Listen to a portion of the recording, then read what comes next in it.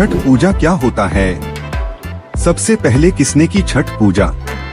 आइए जानते हैं छठ पूजा के बारे में। इनमें से 4 ऐतिहासिक कथाओं से जानते हैं आखिर क्यों मनाया जाता है छठ पर्व। वीडियो शुरू कराने से पहले आप सभी से निवेदन है कि हमारे चैनल को सब्सक्राइब जरूर करें। चलिए शुरू करते हैं। माता सीता की छठ कथा। पौराणिक कथा के अनुसार ऋषि मुद्गल ने माता सीता को छठ व्रत करने को कहा था। आनंद रामायण के अनुसार जब भगवान राम ने रावण का वध किया था तब राम जी पर ब्रह्मा हत्या का पाप लगा था। इस हत्या से मुक्ति पाने के लिए कुलगुरु मुनि वशिष्ठ ने ऋषि मुद्गल के साथ राम और सीता को भेजा था। भगवान राम ने कष्टहरणी घाट पर यज्ञ करवाकर ब्रह्म हत्या के पाप से मुक्ति दिलाई थी। वहीं माता सीता को आश्रम में ही रहकर कार्तिक मास की षष्ठी तिथि को व्रत करने का आदेश दिया था। मान्यता है कि आज भी मुंगेर मंदिर में माता सीता के पैर के निशान मौजूद हैं। इस पर्व में छठी मैया और भगवान भास्कर की पूजा अर्चना की जाती है। छठ पूजा संतान कामना और संतान की लंबी उम्र के लिए किया जाता है। छठ एकमात्र ऐसा पर्व है जिसमें ढलते सूर्य को अर्घ्य दिया जाता है। आइए 4 कथाओं से जानते हैं आखिर क्यों की जाती है छठ पूजा और इस पूजा से क्या लाभ मिलता है, ये भी जानते हैं। कब मनाया जाता है यह पर्व?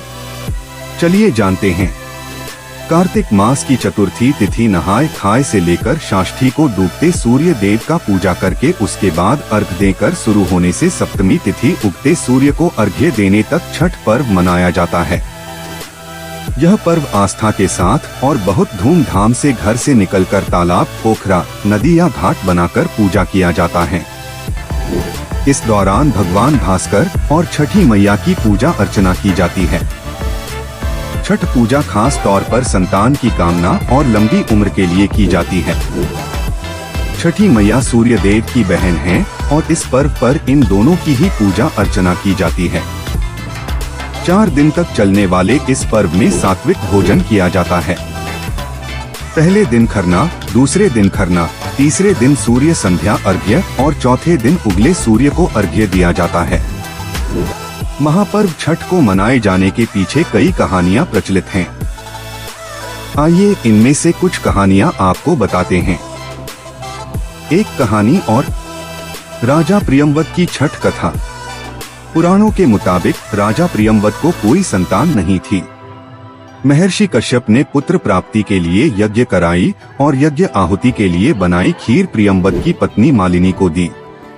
बाद में मालिनी को पुत्र हुआ, लेकिन वह मृत पैदा हुआ।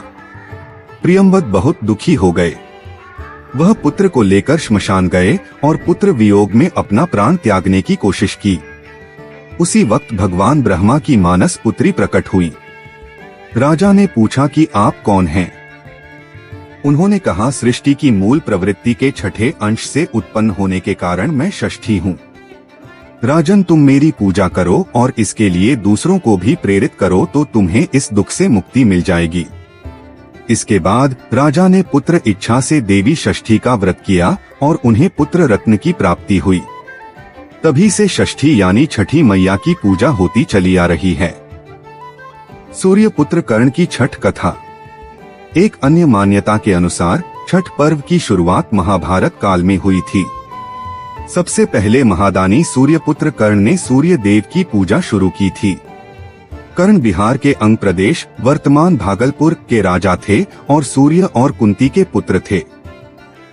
सूर्यदेव से ही कर्ण को दिव्य कवच और कुंडल प्राप्त हुए थे जो हर समय कर्ण की रक्षा करते थे।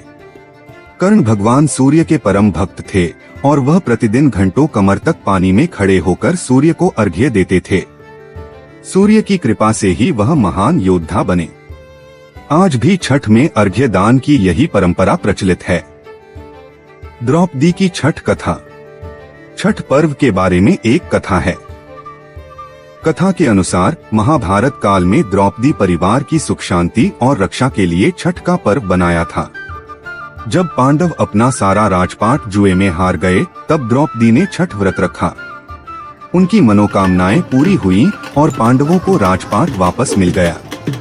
लोक परंपरा के अनुसार सूर्य देव और छठी मैया का संबंध भाई बहन का है।